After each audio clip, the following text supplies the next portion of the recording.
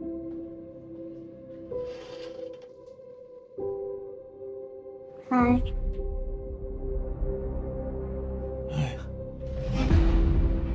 Isn't it wonderful?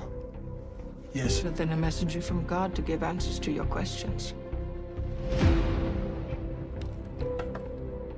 Leanne, what exactly do you do for a living?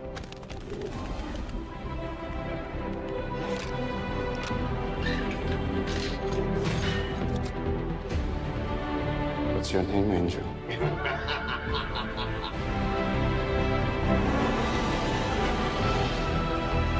So that's it. To you, I'm just a girl.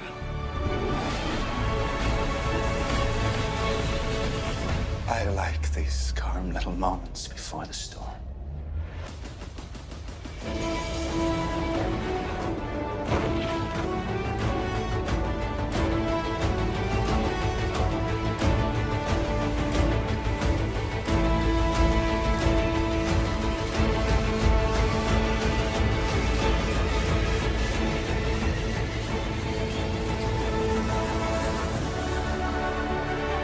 God had given me a message. Welcome to Peru. Thank you.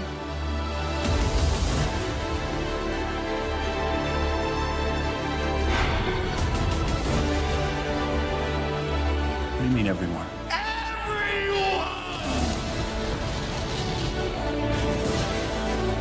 Listen, I know what I'm doing.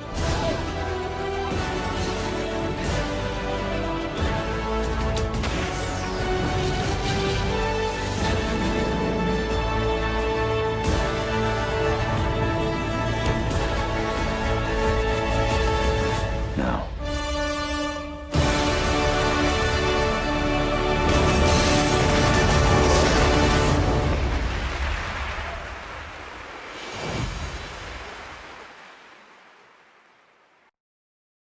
Bonjour à tous, bonjour à tous. On va commencer déjà par le début. Voilà. Luc Besson il avait commencé avec un film qui s'appelle euh, Le Dernier Combat. Voilà. Avec Jean Reno. Et il y avait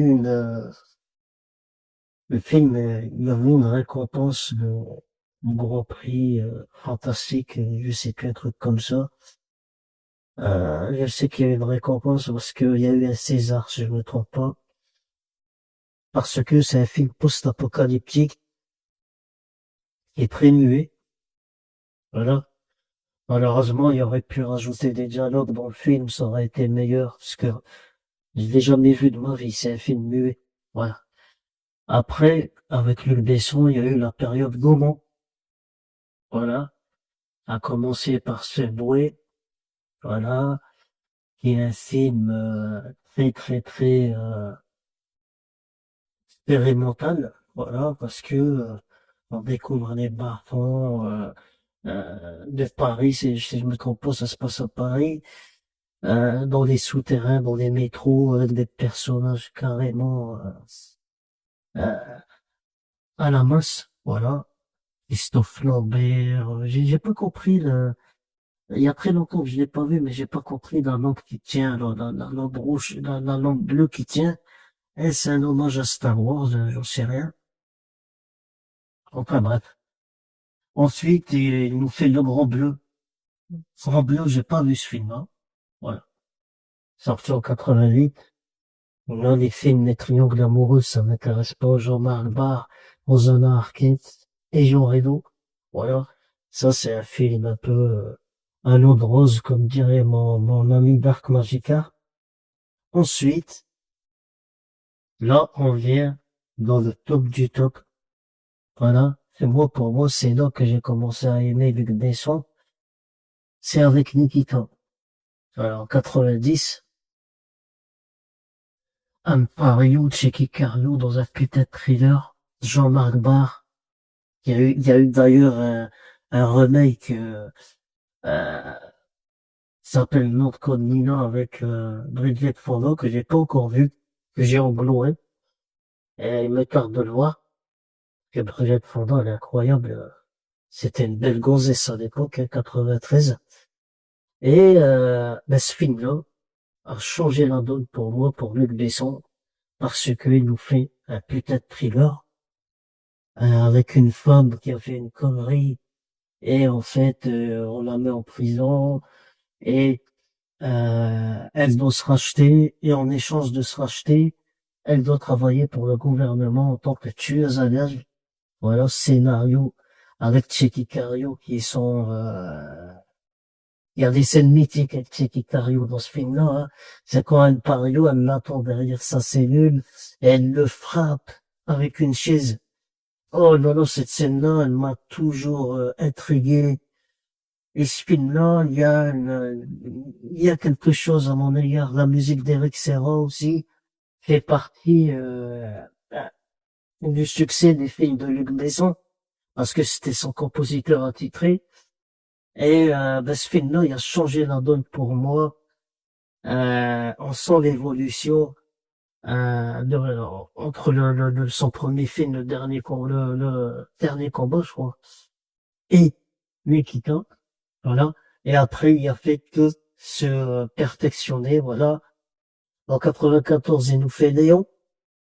Faut savoir que Jean Reno avait joué dans Nikita. Il jouait Victor le Nettoyeur. Et il jouait dans Léon. En tant que tueur à gages aussi. Donc, je me demande si c'est pas un brouillon de Léon. Même s'il s'appelle pas pareil. Mais je me dis peut-être que, elle s'est dit, ah, je vais mettre un tueur à gages dans Nikita. Pour faire de faibles apparitions, mais prochainement, je pense peut-être à faire un film avec lui pour le faire en tant que tueur à gages et lui donner un rôle de tueur à gages. Et je pense que Léon, moi pour moi, c'est quasiment un sans faute pour moi dans la carrière de Luc Besson, parce qu'on a une relation et on va pas se mentir, c'est un film un peu tabou, hein, surtout la version longue. Mais on a une relation entre Léon et Mathilda, incarnée par Nathalie Portman, qui sont l'un de ses premiers rôles. Et je pense que c'est une sorte d'histoire d'amour entre un tueur à gages et sa protégée. Voilà, c'est comme ça qu'on va dire ça, parce que c'est strictement la vérité.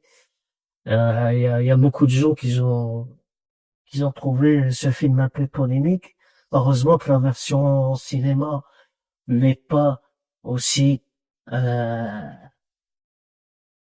dark à ce sujet-là, voilà. Et d'ailleurs, la version non, je l'ai pas vue, mais ça a fait du bruit à l'époque, voilà.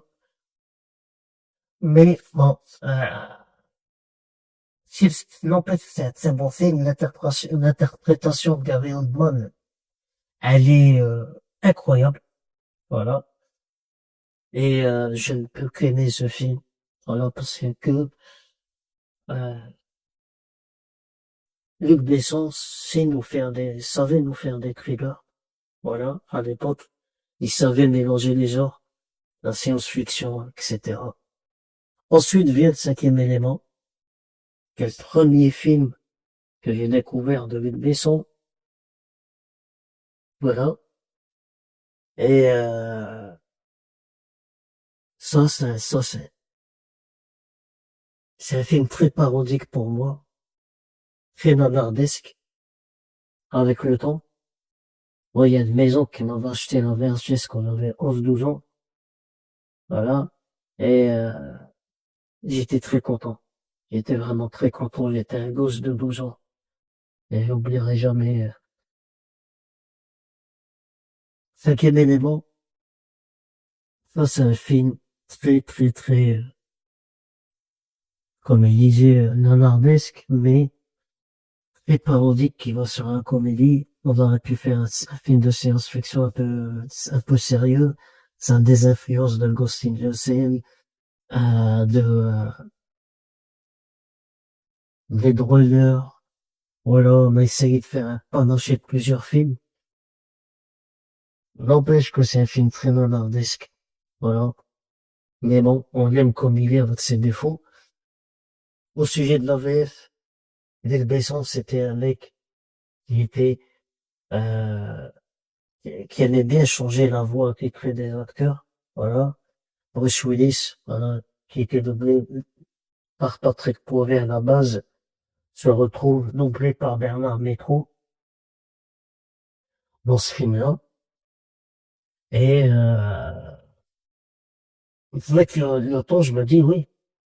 Je me dis qu'il a bien fait de faire ça parce que Corbin Dallas, c'est un personnage très sérieux. Voilà. Et je pense que la mode Poivet sur Bruce Willis sur ce film, ça aurait tout cassé. Parce qu'il y a un petit ton sarcastique, Patrick Poivet, il y a un ton rigolo dans la voix. Je sais pas comment vous expliquer, mais avec le temps, je comprends pourquoi il a voulu le changer. Voilà.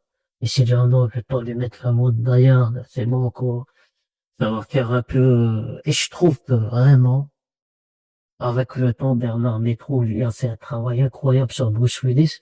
Et je peux vous dire que je pourrais pas regarder le 5e élément avec la voix de Patrick Poivet.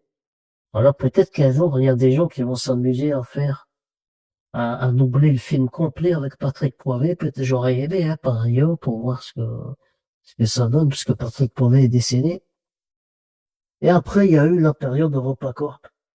Voilà.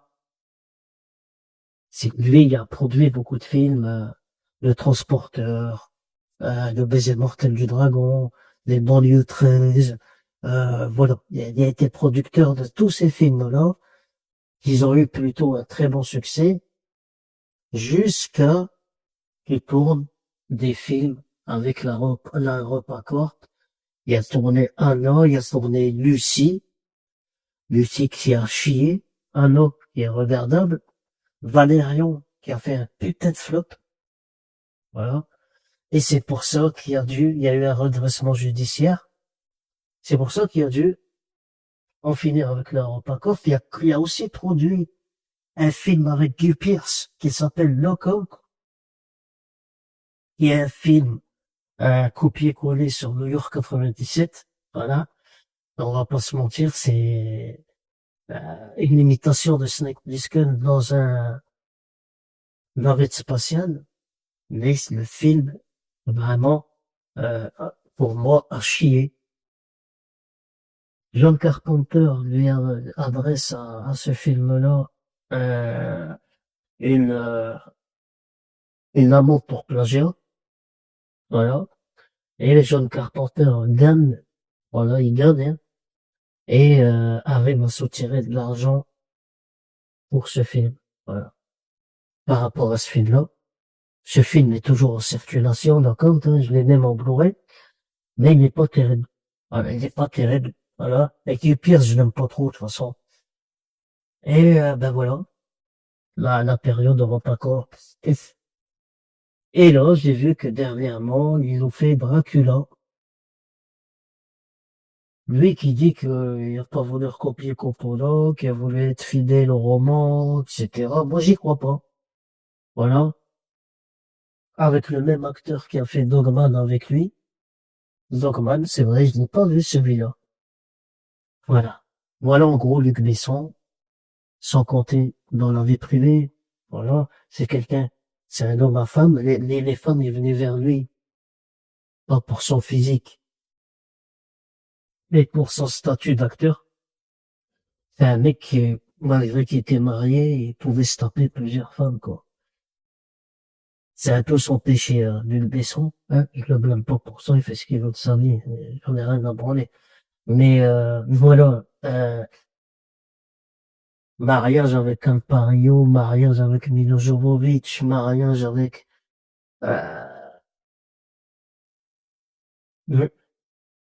il a même essayé avec la gonzesse de Valérion, mais malheureusement, ça s'est mal passé parce que, quoi qu'elle a porté plainte contre lui, il me rappelle plus, voilà, c'est ce que j'aime pas en lui, Luc Besson.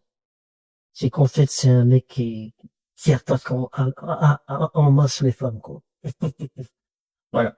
Il bourrage de cul. Voilà, excusez-moi. Parle avec mes mots. Voilà. Moi, si je suis marié, je ne fais pas ce genre de choses. Voilà. Déjà, moi, je suis quelqu'un qui se mélange pas à la base. Je trouve une femme, je me case avec, et voilà. J'aime pas changer à chaque fois, aller partout, mélanger ça, je trouve ça, j'aime pas. Voilà. Même les mariages à répétition, etc. Moi, j'aime pas ça. Voilà. Voilà. Ouais. Je trouve ça un peu sale. Voilà. D'aller se mélanger avec tout le monde comme ça. Voilà. Moi, après, c'est ma devise à moi. Voilà. C'est l'aspect de Luc Besson que j'aime pas. Mais mis à part ça, en tant que réalisateur, bon, j'ai essayé de faire ce qu'il pouvait, et je pense que c'est l'un des réalisateurs les plus influents, de ces 30 dernières années en France. Parce que je peux vous dire qu'en France, il y a personne qui rivalise avec lui. Excepté Olivier Marchal. Voilà. Mais Olivier Marchal, il se répète beaucoup, malheureusement. Voilà, j'en ai fini avec la vidéo sur Luc Besson, ça dure 15 minutes. Moi, c'est déjà bien. J'ai bien tenu mon timing, là, voilà, c'est bien. Comme ça effacera le live que j'ai fait, puisque c'était catastrophique. J'espère que j'ai rien oublié. Voilà, les Arthur et les Minimo, ils ont bien marché. Il y a même eu un Arthur, version film d'horreur, hein, si je ne me trompe pas. Voilà. Salut à tous, et merci de m'avoir suivi.